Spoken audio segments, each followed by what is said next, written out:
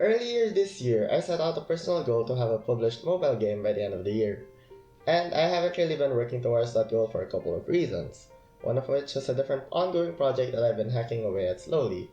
And although through the devlogs I can show you all my struggles and victories through my solo game development journey, I want to take a chance to better explain my own process for planning a video game. Now, the planning process is definitely different for everyone, but I hope that my personal insights can give you a push in the right direction.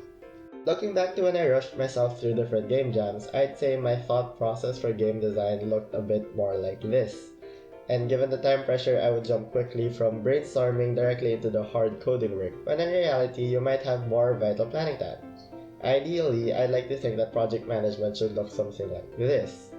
It's not particularly an agile framework, but this is what works for me, especially as a solo developer, and we'll be running through this ideal workflow for today's video. I'll admit that brainstorming is still a vital part of any game's ideation, and I would say it gives the game developers some much needed steam to barrel through the early game design process. And when an idea just feels right, so easy to dive headfirst into a game engine and start making mockups and prototype. However, I'd advise not to get too ahead of yourself. This is the brainstorming phase, and ideas are all still ripe for the picking, and quite possibly worth discussing. Write them down and don't throw away those ideas too quickly. You might want to use them for a future project.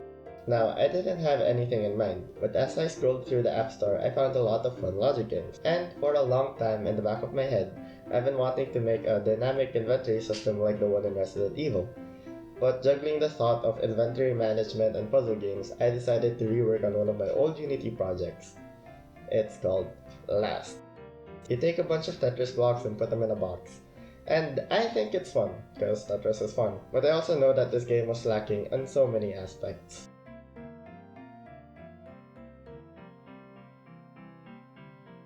A good idea is like the light at the end of the tunnel. It's pretty and relieving, but it quite literally gives you tunnel vision. So watch your step. A good idea isn't a good game yet. Giving yourself time and space to intentionally conceptualize your goals and milestones when making a game will make the work later easier. This is the rougher form of planning. You put down your best ideas and draw out what you think it might look like. Maybe leave it there for a bit and let your mind think things through, then come back to it later. Here I have a sketchbook with some drawings and game ideas, and with this I can go through different parts of a game without even touching my game engine. The question here isn't how do I do this, it's more of what do I want to do. By no means are these going to be set in stone, but these do set the starting steps for a game. By this stage, making decisions is important. You wouldn't want to change your plans in the heavier game implementation phase later on. So knowing the tools that you'll be using ahead of time can keep you grounded. Since I'm using Godot, I can break apart my games into the following main scenes, then I can start linking together those big blocks of information on paper.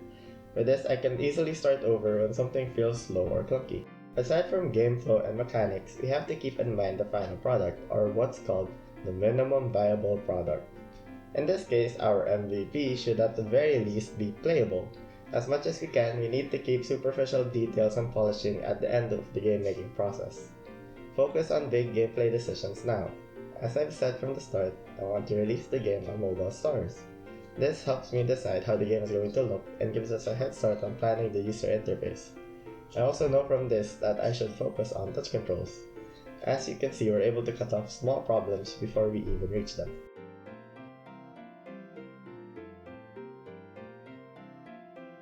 However, even in the planning phase, we're bound to face a few roadblocks, and as much as I want to pop out this inventory system like it was nothing, that's going to take a lot of thinking power on my part. So plan and pace yourself accordingly. The only proper way to take account of the harder problems is by giving yourself space to breathe and learn. And finally, there's working on the game. It's usually tough at first not knowing where to start or what to do, but that's what the planning is for. You've been able to lay out everything you need, and we'll just have to tackle each part one by one. It might seem intimidating, but I promise it's going to be satisfying checking that checklist later on and watching your video game slowly be completed. Speaking of game development, I have to get back to work. Look out for my first mobile release game this year. The name might not stick, but we'll see. And there's also so much more to my game making process, which I might have to make a more personal video on later. But until then, I am the Noontime Dreamer, and don't you ever stop dreaming.